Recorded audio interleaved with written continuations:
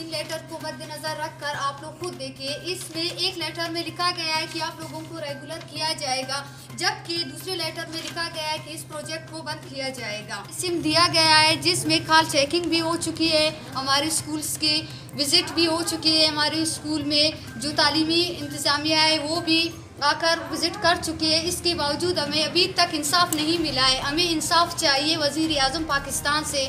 मैं यही उम्मीद करती हूँ कि आल टीचर्स पाकिस्तान के जितने भी वैक्स टीचर्स हैं, इन सब से मेरी यही गुजारिश है कि इसको आगे लेकर जाए और अपना हक हर आल में इनसे लिया जाए। ये हमारा हक है। क्या हम पाकिस्तान का मुस्तकबिल नहीं बना सकते हैं? क्या हम टीचर्स नहीं हैं? क्या वैक्स टीचर्स भी बच्चों को रोशन मुस्तकबिल नहीं दे सकते हैं? ये हमारे सारे टीचर्स के साथ सरासर नाइंसाफ़ी हो रहा है। आप लोगों से गुजारिश है कि हमारे इस एहतजाज को कबूल करें।